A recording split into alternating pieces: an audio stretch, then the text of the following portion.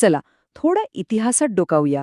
एका अशा काळात जिथे शिक्षण हे काही मोजक्या लोकांपुरतंच मर्यादित होतं. आज आपण रयत शिक्षण संस्थेची ती प्रेरणादायी कहाणी पाहणार आहोत, ज्या एका चळवळीने महाराष्ट्रातल्या लाखो लोकांसाठी ज्ञानाचे दरवाजे उघडले आणि शिक्षणाची व्याख्याच कायमची बदलून टाकली. तर हा सगळा प्रवास आपण 5 महत्वाच्या टप्प्यांमध्ये पाहणार आहोत. सुरुवात करूया त्यावेळच्या विभागलेल्या समाजापासून. मग पाहूया एका बंडखोर समाजसुधारकाची दूरदृष्टी. त्यानंतर जाणून घेऊया कमवा आणि शिका या क्रांतिकारी योजनेबद्दल. शिक्षणाच्या या साम्राज्याचा विस्तार कसा झाला ते पाहू. आणि शेवटी या संस्थेने आजच्या पिढीसाठी नेमका काय वारसा ठेवला आहे हे समजून घेऊ. बरं, या संस्थेचं काम किती मोठं आहे हे समजून घेण्यासाठी आधी त्यावेळची परिस्थिती काय होती हे पाहणं खूप गरजेचं आहे. कर्मवीर भाऊराव पाटलांसमोर नेमकं कसं जग होतं आणि त्यांना ते का बदलायचं होतं ते पाहूया. म्हणजे बघा, 20व्या शतकाचा सुरुवातीचा महाराष्ट्र समाज कसा होता, तर तो जातीपातीच्या कठोर नियमांनी अक्षरशः विभागला गेला होता. जसं ह्या विचारात म्हटलंय, हे एक असं घर होतं जे आतूनच विभागलेलं होतं. संधी आणि सन्मान जन्मावरून ठरत होते. आणि याचा परिणाम काय? तर बहुसंख्य समाज, ज्याला आपण बहुजन समाज म्हणतो, तो सामाजिक आणि आर्थिक गुलामगिरीच्या एका दुष्ट चक्रात अडकला होता. शिक्षण नाही, त्यामुळे चांगली नोकरी नाही, आणि गरिबीमुळे शिक्षण घेणंच शक्य नाही. प्रगतीचे जणू सगळे रस्तेच बंद होते.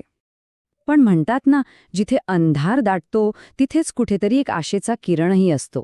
आणि हा किरण होते कर्मवीर भाऊराव पाटील. एका दूरदृष्टी असलेल्या व्यक्तीने शिक्षणालाच शस्त्र बनवून या सामाजिक साखळ्या तोडण्याचा निर्धार केला. भाऊराव पाटलांवर शाहू महाराजांसारख्या समाजसुधारकांचा जबरदस्त प्रभाव होता. विशेषतः अस्पृश्यता निवारणाचा विचार त्यांच्या मनात अगदी घर करून बसला होता. त्यांना हे कळून चुकलं होतं की फक्त बोलून किंवा लिहून बदल होणार नाही, तर समानतेचा विचार प्रत्यक्ष कृतीत आणावा लागेल. त्यांच्या विचारांचं मूळ होतं महात्मा फुलेंनी स्थापन केलेल्या सत्यशोधक समाजात. सत्य शोधणं आणि सामान्य माणसाला प्रगतीपथावर नेणं हेच त्यांचं ध्येय होतं. खरं तर ते खऱ्या अर्थाने एक सत्यशोधकच होते. आणि एक इंटरेस्टिंग गोष्ट म्हणजे महात्मा गांधींना ते गुरु मानायचे, पण तरीही त्यांनी काँग्रेस पक्षात कधीच प्रवेश केला नाही.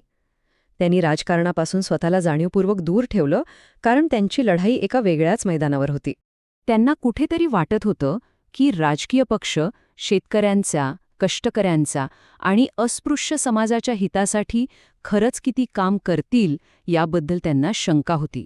म्हणूनच त्यांनी ठरवलं की आपणच बदलाचं माध्यम बनायचं, शिक्षणाच्या माध्यमातून.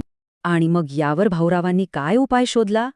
फक्त शाळा उघडल्या नाहीत, तर शिक्षणाची संपूर्ण संकल्पनाच बदलून टाकली. त्या काळातलं शिक्षण कसं होतं?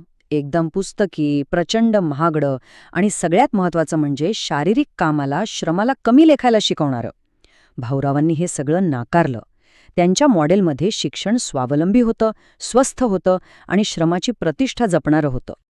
आणि याच विचारातून जन्माला आली त्यांची कमवा आणि शिका ही क्रांतिकारी योजना. म्हणजे विद्यार्थी शाळेत काम करायचे आणि त्यातूनच आपल्या जीवनाचा आणि फीचा खर्च भागवायचे. विचार करा, यामुळे झालं काय? गरिबी शिक्षणाच्या आड तर आलीच नाही, पण त्याहूनही मोठं म्हणजे मुलांमध्ये स्वाभिमान जागा झाला.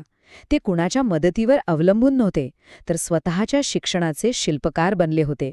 एका छोट्या वसतिगृहापासून सुरू झालेला हा प्रवास एका प्रचंड मोठ्या शैक्षणिक साम्राज्यात कसा बदलला ते आता पाहूया. बघा, सुरुवात झाली 1924 मध्ये एका वसतिगृहाने. आणि पाहता पाहता स्वयंसेवी शाळा, महिलांसाठी प्रशिक्षण महाविद्यालय आणि 1948 मध्ये तर चक्क 101 माध्यमिक शाळा सुरू करण्याची घोषणा.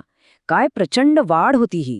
आणि हे सगळं शक्य झालं फक्त आणि फक्त लोकांच्या सहभागामुळे.